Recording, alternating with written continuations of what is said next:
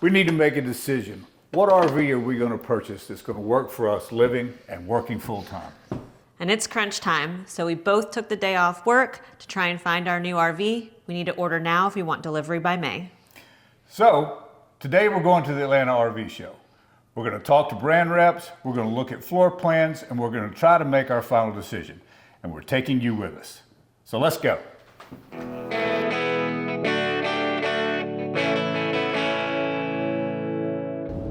Hi, I'm Scott. I'm Jess. And we are Seize the Road. And what are we doing today, Jess? We are headed down to the Atlanta RV show. Our hope is to be able to pick out an RV that we can purchase, that we want to live and work in full time starting this summer.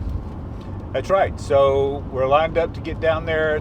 Traffic is a little bad this morning. Weather's a little bad this morning. It's Atlanta, so the traffic is probably pretty normal. Yeah, and there's a bad front coming in this weekend. So we're going down on day one. Hopefully we can get in. It'll be a little less crowded. We are not fans of crowds. We are not fans of crowds. So this is actually our second RV show that we're going to. We went to this same RV show last year, but we had a totally different purpose. Last year, our focus was checking out all the brands, checking out every model, every floor plan, not ruling anything out, and really just trying to take it all in. This time we're going in more focused. We have spent the year doing research. We have spent the year going to different dealerships and figuring out what is going to work for us to live in and work out of full time. Our must-haves that we're looking at today is that it must be a fifth wheel, under 25,000 pounds with a pin weight under 3,500 pounds. It must have a space for an onboard generator. It must be rated for full time, must have a washer dryer hookup, and it must have a king bed. We decided that we are going to go with a fifth wheel option. And we've set ourselves up. If you've been to the channel at all, you saw the tour we did.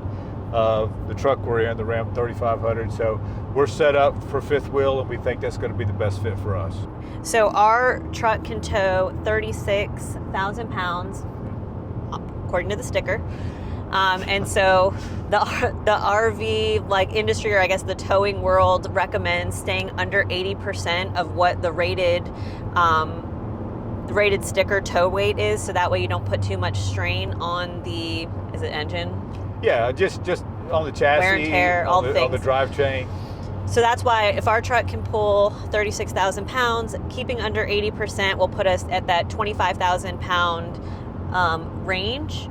So we're going to look for a trailer that, when fully loaded, is under that amount. So our truck is rated for 5,100 pounds. And so with that being said, using that same rule, 80%, we want to make sure that the pin weight of whatever fifth wheel that we get is under 3,500 pounds. Yeah, and that really opens up a lot of options for us. Another must-have that we are looking for today is having the RV rated for full-time living. That's something that we've learned this year over the course of the year and all of our research that we definitely want to make sure that our RV has. When it's rated for full-time living, it typically is going to have a lot better insulation. It's going to be sturdier, the build is going to be better. Going to have larger black tank and freshwater tank. Yeah, and also there's the insurance consideration that goes along with that. If you're going to be living in it full-time, your insurance company wants to know that it's full-time rated. Other things that are must-haves for us in that is going to be a washer dryer hookup, and we still might just use laundromats. And again, staying at military bases, they typically have some sort of laundry facility. We actually think that either initially or eventually we would want a washer and dryer, and we want that option. Another must-have that we've decided this year that we want is going to be space for an onboard generator. I know there's going to be times that we've talked about it in places that we want to go where boondocking or mooch docking is just going to be the best route for us. And having the onboard generator, along with probably a modest amount of solar capacity, is something we're really going to be looking hard at. But another must-have is a king bed.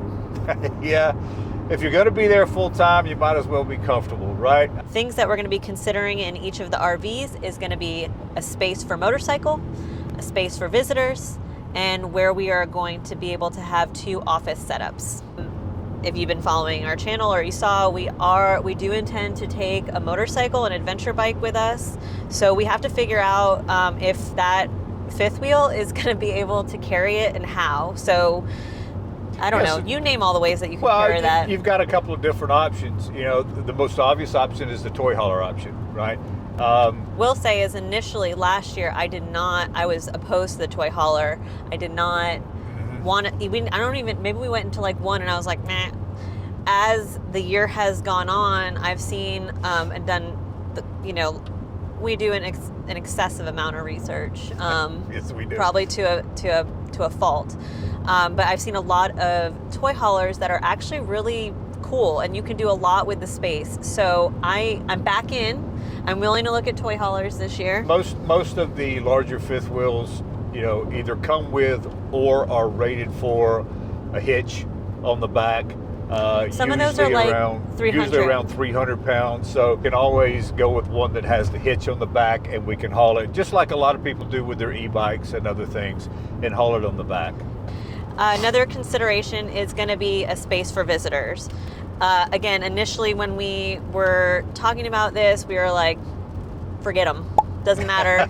Yeah. They can bring a tent and sleep outside. Yeah. However, again, as the year has gone on, we have put some more thought and consideration for when our kids come to visit, when our family comes to visit. We do want to have a space that's somewhat comfortable.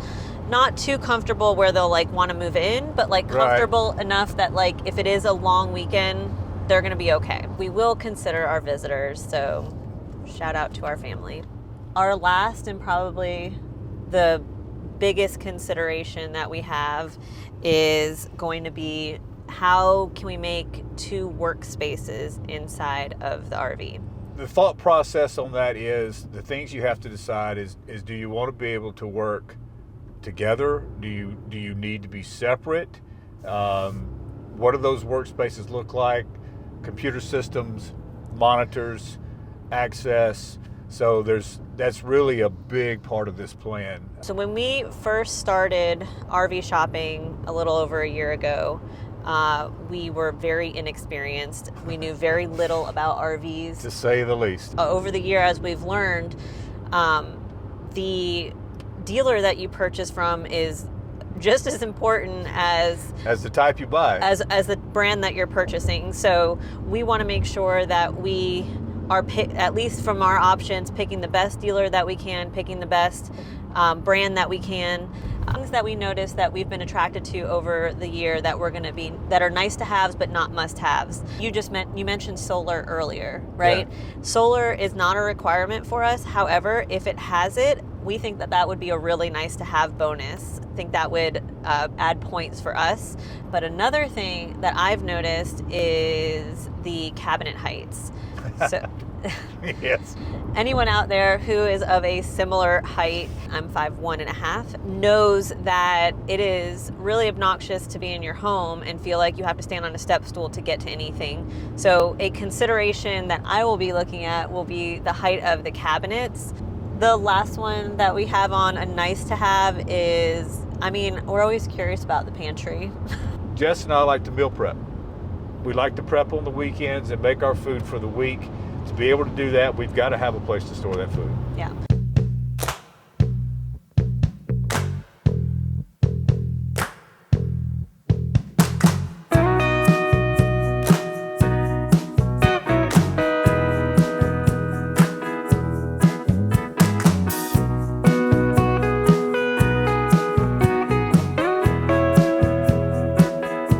Mark, tell us what you got. So this is going to be the new 414 LJMJ by Grand Design. It's the Solitude model. So this floor plan actually came out in collaboration with Less Junk, More Journey, right? So it was an online blogging group, and what they wanted to do is come together with Grand Design, and they wanted to create a floor plan for full-timers, right? So this is going to be your full-timer camper, right? You're going to be 45 foot long on this. You're going to be 16,000 pounds dry weight on this thing. It is absolutely beautiful and phenomenal.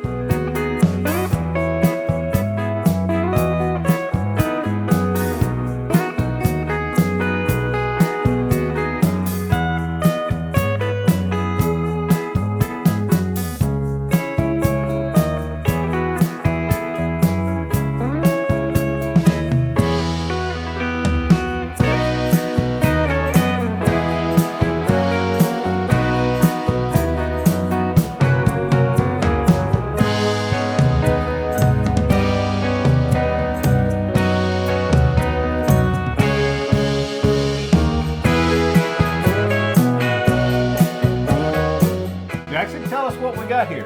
Well, we're inside a 2026 Brinkley G Series. It's the model 4150. One of their latest floor plans in the G Series. Has a really cool front office that we'll get to look at here in just a few minutes. Fantastic.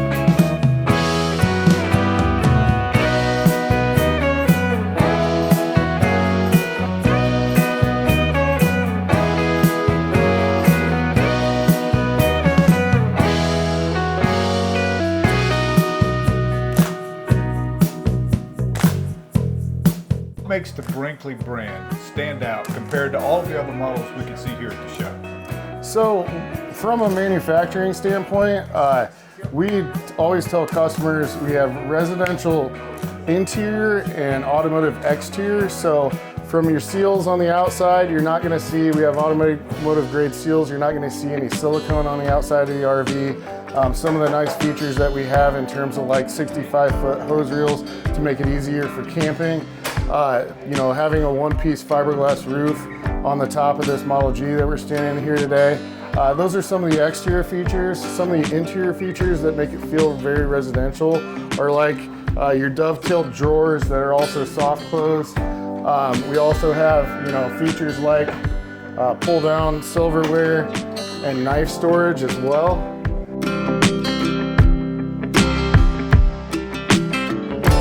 It needs to be rated for full-time living. Okay. It needs to have a king bed.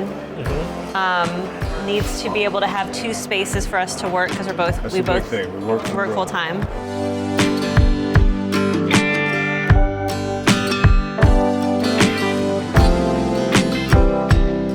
So can you tell me what makes this brand stand out compared to other manufacturers here at the show? Absolutely. So Jayco's been around a long time. Many people are very familiar with who they are. So they have a lot of internal stuff, the build quality and stuff like that makes them stand out. Number one, majority of your brands outside of Jayco have a 1-year warranty. Jayco is a 2+3, so you got 2-year kind of your primary warranty, essentially bumper to bumper, not officially, and then you have a 3-year structural warranty. So they're kind of a big proponent of that, and it makes them stand out amongst their competition for sure. This is a big fifth wheel tow haul.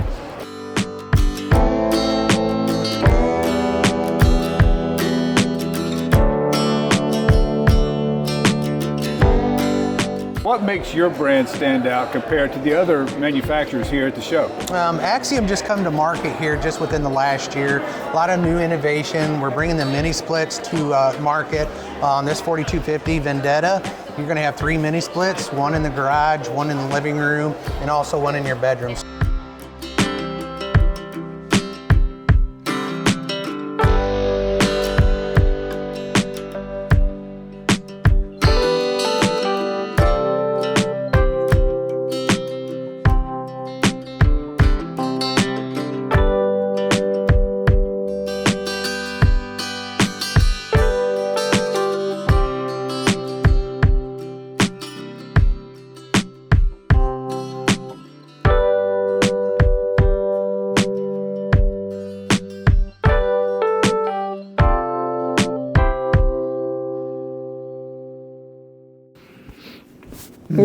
We made it. We're back.